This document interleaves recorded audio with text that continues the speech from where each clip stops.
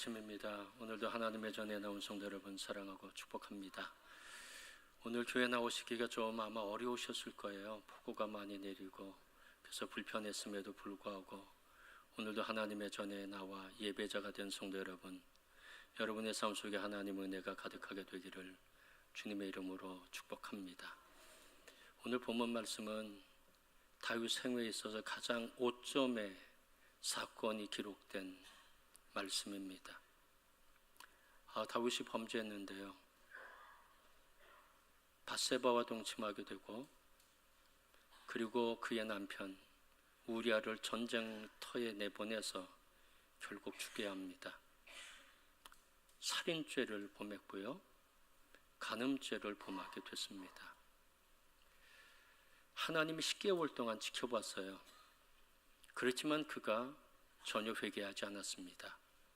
그랬을 때 하나님은 10개월 후에 나단이라고 하는 선지자를 다윗 왕에게 보냅니다. 그리고 그를 책망하게 되고요, 그의 죄악을 지적하게 됩니다. 오늘 본문 말씀은 나단의 그 책망과 질책에 대해서 다윗이 어떻게 반응하는지 그것에 대한 말씀으로부터 시작합니다. 13절 말씀 다 함께 읽겠습니다. 다윗이 나단에게 이르되 내가 여호와께 범죄하였노라. 아멘. 그 당시 다윗은 이스라엘의 왕이었고요, 그뿐만 아니라 백성들로부터 전폭적인 지지를 받고 있었던 왕입니다. 그러면 그냥 나는 그런 죄 짓지 않았다, 그렇게 얼버무릴 수도 있고요, 다른 나라 왕도 그 정도는 하는데 뭘 그걸 갖고 그렇게 나한테 따지느냐라고 얘기할 수도 있을 겁니다. 내 밑에 있는 사람들도 그 정도는 다 한다, 그렇게 변명할 수도 있습니다. 근데 다윗은요, 자신의 죄를 숨기려 하지도 않고 변명하지도 않고 핑계대지 않습니다. 나단의 그 이야기를 하나님의 말씀으로 들었고요, 나단의 질책을 두렵고 떨리는 하나님의 음성으로 듣게 됩니다. 그래서 무조건 그는 하나님 앞에 잘못했음을 고백하고 죄를 회개합니다. 그래서 오늘 13절 말씀에 있듯이 내가 여호와께 범죄하였노라. 회개하는 것을 미루지도 않았고요, 머뭇거리지도 결코 않았습니다. 다윗의 회개는요, 온 세상 사람들이 다 알도록 회개를 했습니다. 나단 한 사람과 하나님만 알도록 회개한 것이 아니라는 겁니다. 그 당시 모든 사람들 뿐만 아니라 그 다음 세대의 사람까지 알도록 그는 회개합니다. 3000년이 지난 지금 우리가 알 수 있도록 다윗은 회개했다는 겁니다. 어린아이 같은 회개이고요, 진실한 회개가 바로 다윗 가운데 있게 됩니다. 시편 6편과 32편, 51편은 다윗이 밧세바와 동침한 이후에 회개하는 시편입니다. 시편 6편 6절 말씀 다 함께 읽겠습니다. 밤마다 눈물로 내 침상을 띄우며 내 혀를 적시나이다. 그는 눈물을 흘렸거든요. 어느 정도 눈물을 흘렸냐면 자신의 침대가 눈물에 의해서 뜰 정도로 그렇게 눈물 흘리며 회개했던 분이 다윗입니다. 시편 32편 5절 말씀 다 함께 읽겠습니다. 주께 내 죄를 아뢰고 내 죄악을 숨기지 아니하였더니 곧 주께서 내 죄악을 사하셨나이다. 하나님 앞에 아뢰었다는 거죠. 하나님 앞에 내 죄악을 숨기지 않았다는 거죠. 그만큼 회개합니다. 시편 51편 9절 10절 말씀 다 함께 읽겠습니다. 주의 얼굴을 내 죄에서 돌이키시고 내 모든 죄악을 지워주소서. 하나님의 내 속에 정한 마음을 창조하시고 내 안에 정직한 영을 새롭게 하소서. 아멘. 또 다시 죄를 지을까 두려운 거죠. 하나님, 다시는 죄를 짓지 아니하도록 내 안에 하나님의 영으로 충만케 해 주십시오. 그는 하나님 앞에 회개하며 기도했던 사람이고요. 다윗은 그 당시 성가대까지 동원해서 회개하는 것을 곡으로 만들어 부르게 했던 사람이 바로 다윗입니다. 철저한 회개했던 사람이 다윗입니다. 이런 철저한 회개에 대해서 하나님 어떤 반응을 보이십니까? 13절 말씀 다 함께 읽겠습니다. 다윗이 나단에게 이르되 내가 여호와께 죄를 범하였노라 하매 나단이 다윗에게 말하되 여호와께서도 당신의 죄를 사하셨나니. 당신의 죄를 사하셨다는 겁니다. 사하셨나니 아바르라는 시브리어 단어인데 치우다, 제거하다 그런 뜻을 갖고 있습니다. 그 속에 있었던 모든 죄를 하나님이 치우셨다는 거죠. 하나님이 다윗에게 있었던 그 모든 죄악을 다 제거하셨다는 겁니다. 하나님은요, 회개하는 자의 죄를 사해 주시는 하나님이십니다. 그래서 하나님은 이런 약속을 주셨습니다. 이사야 43장 25절 말씀 다 함께 읽겠습니다. 나는 나를 위하여 내 허물을 도말하는 자니 내 죄를 기억하지 아니하리라. 아멘. 예레미야 31장 34절 말씀 다 함께 읽겠습니다. 내가 그들의 악행을 사하고 다시는 그 죄를 기억하지 아니하리라. 여호와의 말씀이니라. 아멘. 하나님은 죄를 용서하셨으면 그 죄에 대해서는 다시는 기억하지 않으시는 하나님이라고 약속해 주셨습니다. 다윗은 철저히 하나님 앞에 회개했고요. 하나님은 그 죄에 대해서 깨끗하게 용서해 주셨습니다. 오늘 본문의 말씀 보면 그런데 밧세바가 낳은 그 아이가 7일 만에 죽는 사건이 일어나게 됩니다. 이걸 어떻게 해석해야 되나요? 세상 사람들은 사필 규정, 인과응보라고 얘기합니다. 다윗이 그런 죄를 졌으니까, 간음죄와 살인죄를 졌으니까 결국 이런 일이 벌어졌고 아이가 죽었다는 겁니다. 그러면 다윗의 회개는 무엇이 되나요? 다윗이 분명히 회개했고요, 하나님도 분명히 말씀해 주시길 내가 너의 죄를 다 용서했다 하나님이 선언해 주셨는데 아이가 죽는 사건이 일어났다는 겁니다. 그러면 하나님 용서했다고 말씀하시고 뒤통수 치는 하나님이신가요? 그러면 우리가 왜 회개를 해야 합니까? 회개한다고 해도 하나님 또 뒤통수를 친다고 하면, 또 심판하신다고 하면, 징벌 하신다고 하면 우리는 회개할 이유가 없잖아요. 하나님 분명히 약속하셨습니다. 나는 내 허물을 도말하는 자니 내 죄를 기억하지 아니하리라. 다시는 죄를 기억하지 않을 거다. 용서한 죄에 대해서 하나님 말씀하셨거든요. 그런데 왜 인과응보라는 생각을 갖도록 하나님 그렇게 하셨을까? 사필 규정은 아니고요, 인과응보도 결코 아닙니다. 많은 그리스도인들 중에는 잘못된 율법에 매여 사는 사람들이 있다는 겁니다. 인과응보는 율법이고 사필 규정은 율법입니다. 그것은 복음이 아닙니다. 내 죄가 예수 그리스도의 십자가 앞에서 회개가 됐다고 하면 하나님은 더 이상 심판하지 않습니다. 그런데 우리는 어떤 때 하나님이 또다시 심판하시겠지, 벌 주시겠지, 그런 생각을 갖고 있는데 그것은 잘못된 생각이라는 겁니다. 사도 바울은 로마서에서 복음을 이렇게 선포하고 있습니다.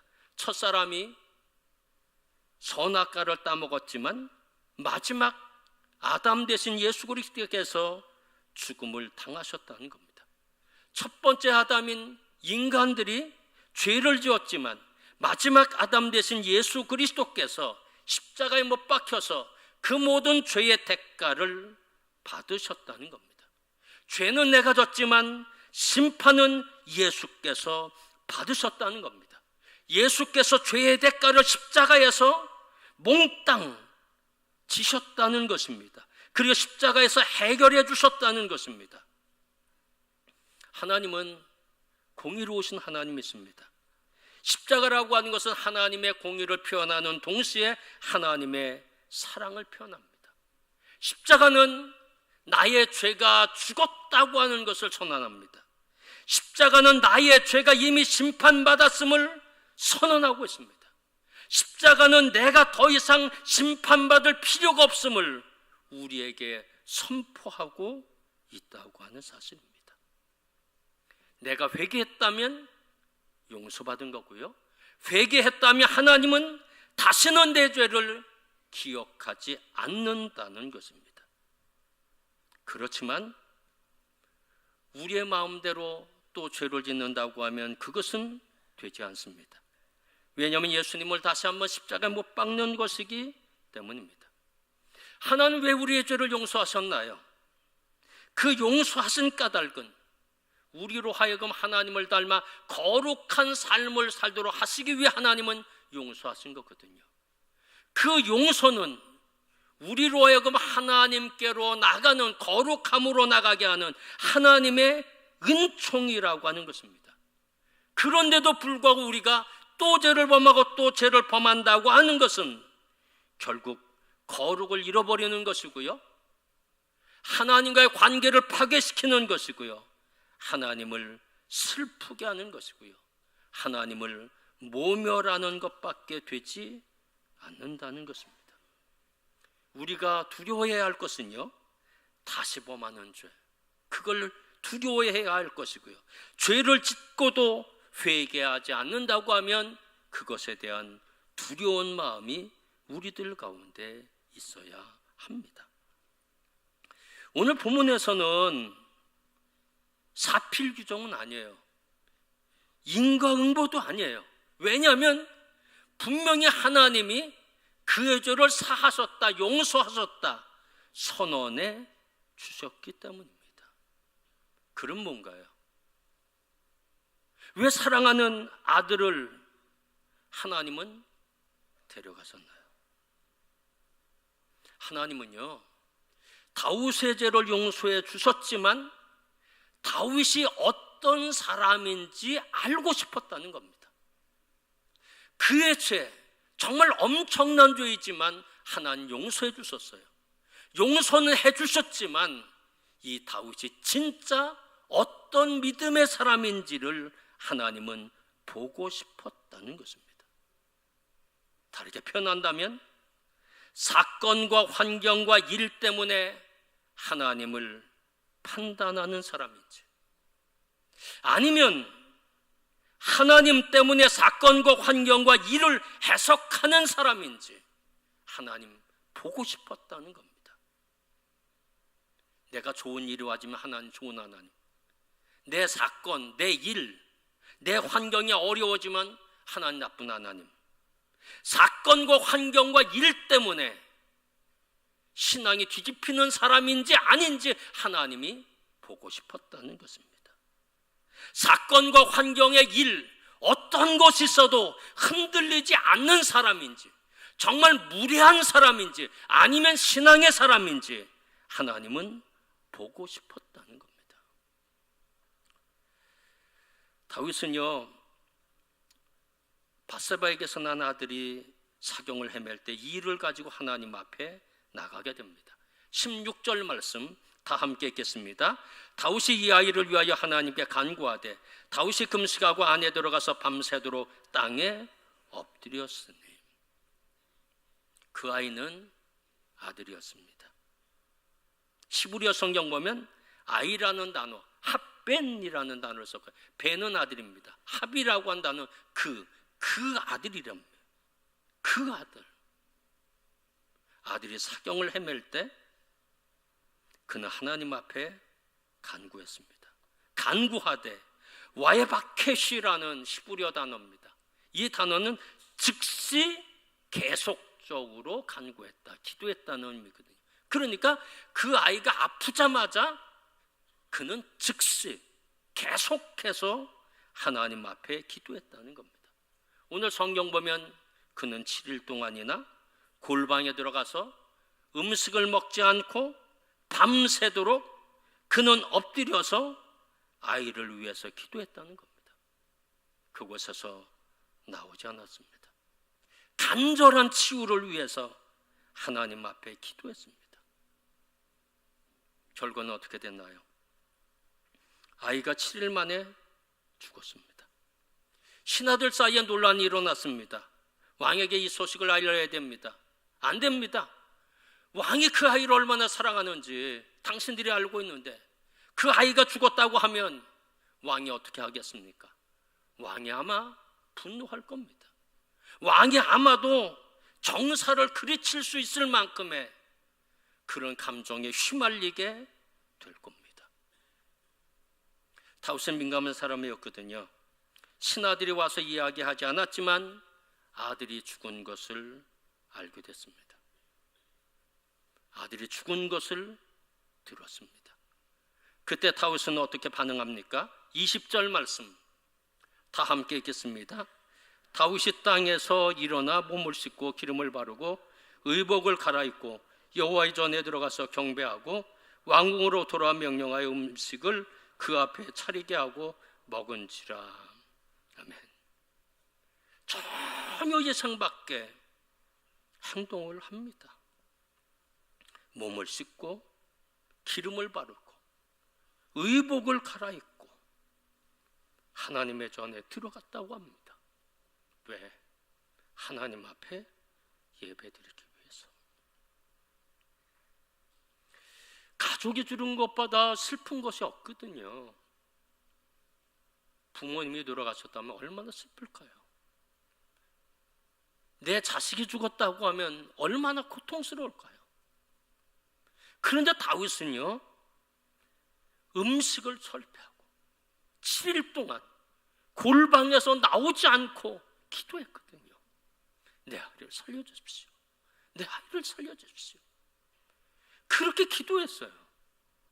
그럼 하나님 고쳐주셔야 되잖아요. 하나님 낫게 해주셔야 되잖아요. 그런데 하나님은 데려갔었어요. 나 같으면 어떻게 했을까? 가만히 안 있죠. 하나님 어떻게 그럴 수 있습니까? 아마 손가락질도 했을 수 있어요. 하나님 그러면 안 됩니다. 내가 어떻게 했습니까? 금식까지 하고 7일 동안 꿇 엎드려 일어나지 않았습니다. 그런데 하나님, 내가 아는 내 아들을 데려가세요? 어떻게 하나님이 그럴 수 있습니까? 불평하고 원망하고 나는 그런 하나님이라고 하면 나는 하나님 믿지 않겠습니다. 그랬을 수도 있어요. 저 같으면요. 그런데 다윗은 안 그랬어요. 의복을 갈아입고 하나님의 전에 들어가서 하나님 앞에 예배를 드렸어요. 경배하고 와이슈타후라는 히브리어 단어인데 예배하다, 엎드려 절하다, 그런 뜻을 가졌습니다. 예배할 수 있을까요? 그 환경에서? 그 사건에서 예배할 수 있을까요? 근데 예배했어요. 하나님은 그걸 보고 싶어 했던 거거든요. 극한 상황 속에 있을 때 그 사건, 그 환경에서 예배하는 자가 되는 건지 아니면 무례한 사람이 되는 건지 하나 그것을 확인하고 싶었다는 겁니다. 다윗은요, 하나님의 통치권을 인정했어요. 자신이 최선을 다했지만 하나님 데려가셨잖아요. 생명에 관한 한 자신이 할 수 없는 거잖아요. 그건 하나님의 주권 속에 달려있는 거 아닙니까? 하나님의 주권을 다윗은 인정했다는 겁니다. 불평하지 않았어요. 오히려 감사했어요. 찬양했어요. 경배했어요. 다윗은 어떤 사람입니까? 환경과 사건과 일 때문에 하나님을 판단한 사람이 아니었다는 겁니다. 왔다 갔다 하는 무리한 신앙인이 아니었다는 겁니다. 극한 상황 속에 있어도 믿음이 변하지 않는 진짜 신실한 믿음의 사람이었다는 겁니다. 왜 하나님이 이런 시험을 주셨을까요? 하나님은요, 더 큰 은총을 주시기 위해 그랬어요. 사무엘하 12장 24절 말씀 다 함께 읽겠습니다. 다윗의 아들을 낳음에 그의 이름을 솔로몬이라 하니라. 아멘. 하나는 즉시 주셨거든요. 솔로몬을 즉시 주셨어요. 솔로몬, 다윗이 어떤 사람인지 하나는 확인하셨거든요. 사랑하는 성도 여러분, 다윗은요, 사건과 일 때문에 하나님 판단하는 사람이 아니라 일과 사건이 어떻든지 하나님에 대한 신실한 믿음을 갖고 있었던 사람, 다윗입니다. 다윗은 시편 145편 17절에서 이렇게 고백하고 있습니다. 다 함께 읽겠습니다. 여호와께서는 그 모든 행위에 의로우시며 그 모든 일에 은혜로우시도다.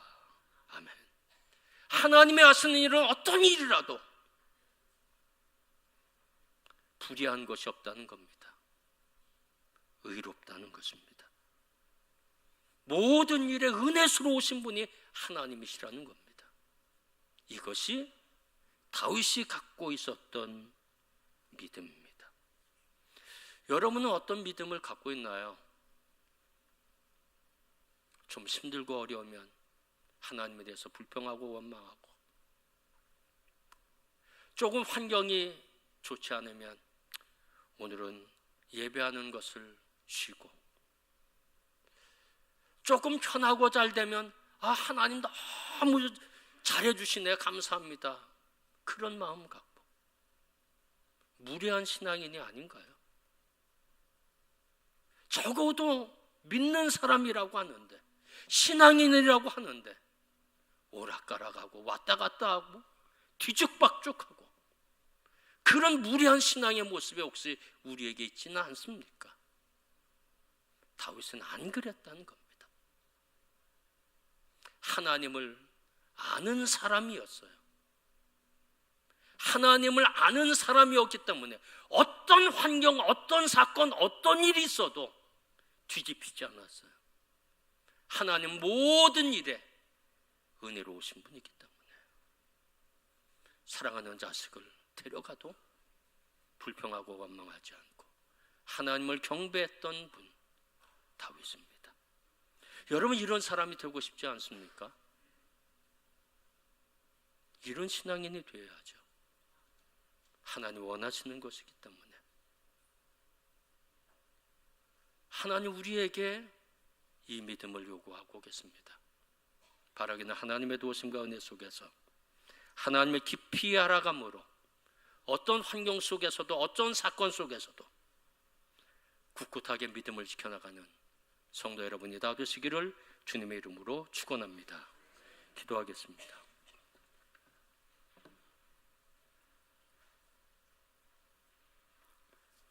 하나님 감사합니다. 우리의 아버지가 되어주시고 우리의 일생 동안 하나님 인도해 주셔서 감사합니다. 우리와 함께 해주셔서 감사하고 우리를 지켜주셔서 감사합니다. 우리에게 힘을 주셔서 감사합니다. 죄된 것이 많이 있지만 용서해 주셔서 감사합니다. 다시는 기억하지 않으셔서 감사합니다. 또 다른 은혜를 준비해 주셔서 감사합니다. 하나님, 이렇게 좋으신 하나님, 우리의 믿음이 왔다 갔다 할 때가 있습니다. 용서해 주시고 이제 다윗 같은 믿음을 갖기로 결정합니다. 어떤 환경 속에서도 무례하지 않기를 결정합니다. 하나 우리를 붙들어 주셔서 다윗 같은 신앙인이 되게 은총을 베풀어 주시옵소서. 예수 그리스도의 이름으로 감사하며 기도하였습니다. 아멘.